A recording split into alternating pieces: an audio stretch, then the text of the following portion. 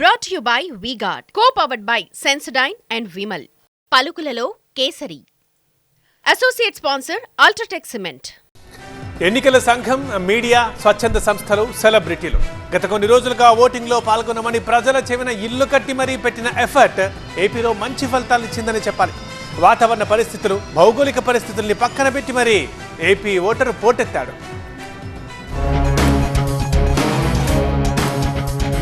ఉదయం 7 గంటలకు ప్రశాంతంగా మొదలైన ఓటింగ్ సమయం గడిచే కొద్దీ ఉరిమే ఉత్సాహంగా మారింది. ఓవైపు మాడు పగలగొట్టే ఎండలున్నా, మరోవైపు అకాల వర్షాలు కురిసినా పోలింగ్ బూతుల వద్ద భారీగా క్యూలు దర్శనమిచ్చాయి. ఈ దృశ్యాలన్నీ ఏపీ వ్యాప్తంగా కనిపించాయి.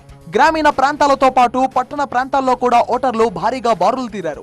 అక్కడక్కడ ఈవీఎంలు మొరాయించినా సరే ఓపిక్గా క్యూ లైన్ లో నిల్చొని మరీ తమ ఓటు హక్కును వినియోగించుకున్నారు ఓటర్లు. కొన్ని చోట్ల ఓటింగ్ కు ఎక్కువ సమయం పడుతుందని తెలిసినా అస్సలు నిరుత్సాహపడకుండా, నిరాశ చెందకుండా అలాగే క్యూ లైన్లలో నిలబడి ఓటర్లు ప్రజాస్వామ్య పరిరక్షకులుగా తమ పాత్రను సంపూర్ణంగా పోషించారు.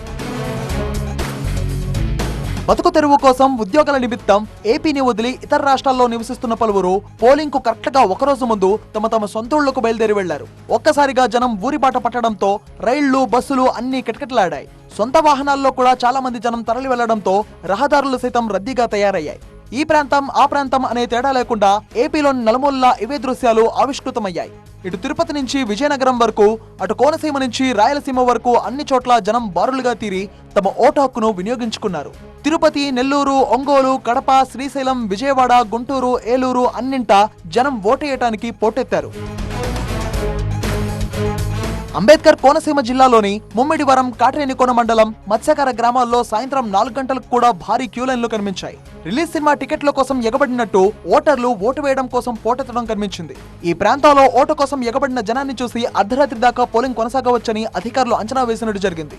నంద్యాలలో సాయంత్రం 6 గంటలైనా సరే పోలింగ్ బూత్ కు జనం వెల్లువెత్తారు. దీంతో సమయంలోగా బూత్ వద్దకు చేరుకున్న వారందరికీ ఓటు హక్కును అధికారులు కల్పించారు. ఈ ప్రాంతంలో ఉదయం నుంచి ఈవీఎంలు మొరాయించడం వల్ల ఓటింగ్ ఆలస్యమైంది.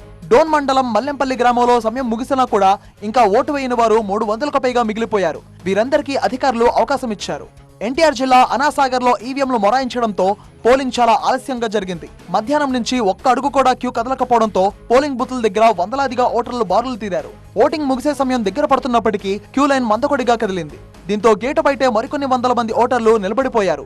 పోలింగ్ కేంద్రాలకు చేరుకున్న వారందరికీ ఓటు వేసే అవకాశం ఇవ్వడంతో ఇక్కడ కూడా అర్ధరాత్రి పొద్దుపోయేదాకా పోలింగ్ జరిగింది. ఇక ఉత్తరాంధ్ర విషయానికి వస్తే పొరుగు రాష్ట్రం నుంచి ఓటేయడానికి బయలుదేరిన వేలాది మంది ఓటర్లకు చేదు అనుభవం ఎదురైంది. పోలింగ్ జరిగే రోజు తెల్లారేసరికి విశాఖకు చేరుకునేలా ఎంతో ముందుగా ప్లాన్ చేసుకుని మరి రైలు ఎక్కిన జనాలకు ట్రైన్ చుక్కలు చూపించింది. నాందేడ్ నుంచి విశాఖకు బయలుదేరిన ట్రైన్ సాంకేతిక కారణాల రీత్యా సాయంత్రం పోలింగ్ ముగిసే సమయానికి చేరుకుంది. ఎంతో ఉత్సాహంగా ఓటు వేయాలని ఎంతో దూరం నుంచి వచ్చిన వారిలో ఎంతమంది తమ ఓటు హక్కును వినియోగించుకున్నారో, కానీ చాలా మంది మాత్రం నిరాశను ఎదుర్కొన్నారు. విశాఖ చేరుకున్న ప్రయాణికులకు ఓటు వేసే అవకాశం దొరికిందేమో కానీ రూరల్ ఏరియాలకు చెందిన ఓటర్లు వారి గ్రామాలకు చేరుకునేలోగా పోలింగ్ సమయం కాస్త ముగిసిపోయింది. విశాఖ మన్యంలోని ఓటర్లు రవాణా సౌకర్యాలు లేకున్నా ఎంతో కష్టపడి తమ పోలింగ్ సెంటర్లకు చేరుకుని ఓటు వేశారు.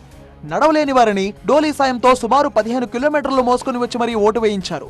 పట్టణాల్లో నివసించే యువ ఓటర్లతో పోలిస్తే ఏజెన్సీకి చెందిన ఓటర్లు ఎంతో చైతన్యవంతులని చెప్పాలి. ఎన్నికల రోజు సెలవు ప్రకటించినా ఆ సెలవును ఎంజాయ్ చేస్తూ ఓటింగ్ కు మాత్రం దూరంగా ఉండే యువత ఇలాంటి వారిని చూసి ఎంతో నేర్చుకోవాల్సి ఉంది. ఏది ఏమైనా ఏపీ ప్రజలు మాత్రం ఓటింగ్ లో ఉరిమే ఉత్సాహంతో పాల్గొన్నారని మాత్రం చెప్పక తప్పదు. మరి వీరి ఉత్సాహం ఎవరిని అందలమెక్కిస్తుందో తెలియాలంటే జూన్ 4వ తేదీ వరకు వేచి చూడాల్సిందే. Brought to you by V-Guard, co-powered by Sensodyne and Vimal. పలుకులలో Kesari. Associate sponsor UltraTech cement.